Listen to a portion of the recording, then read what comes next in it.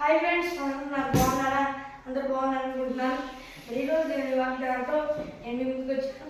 ఈరోజు దేవుని వాగ్దానము కీర్తన గ్రంథము 29వ అధ్యాయం 3వ వచనం. నేను ఏర్పరచుకునే వారితో నిబంధన చేసి ఉన్నాను.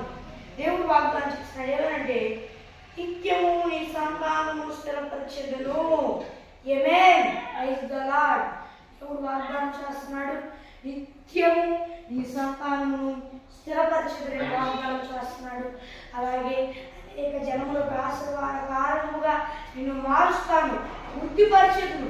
నేను నీకు దేవుడైనను, భయపడము, నేను నీకు తోడై ఉన్నానని వాగ్దానం చేస్తున్నాడు. మరి ఎవరు ఎలాంటి పరిస్థితుల్లో ఉండి వాగ్దానం చూస్తున్నారు నాకైతే తెలియదు, కానీ దేవుడు వాగ్దానం చేస్తున్నాడు ఏమనంటే, నిత్యము నీ సంతానము స్థిరపరచదు, వృద్ధిపరచదు. ఇదిగో నేనే నీ దేవుడైన యెహోవాను, భయపడకము, సంతానము స్థిరపరిచి వృద్ధి చేసేది. నీవు అప్పిచ్చేదవు కానీ అప్పు చేయవు.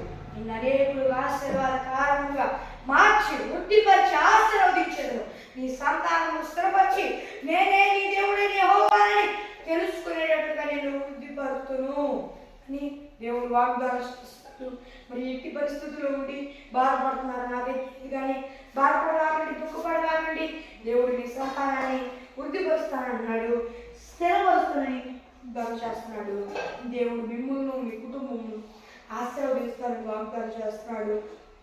భయపడక, దుఃఖపడక ఆయన సన్నిధిలో ప్రార్థించి దేవుని ఆశీర్వాదాలు పొందుకున్నారు గాక. దేవుడిని సంతానం స్థిరపరచుగాక. మరి ఫ్రెండ్స్, ఈరోజు నేను వాగ్దానం మరి చిన్న ప్రార్థన చేసుకున్నా. పరలోకమందున్న దేవాన్ని వాగ్దానం ద్వారా సూటిగా స్పష్టమైన బిడ్డలైన మాతో మాట్లాడేందుకు రాత్రి కోట శక్తులు స్తోత్రాలు చెల్లిస్తున్నాం.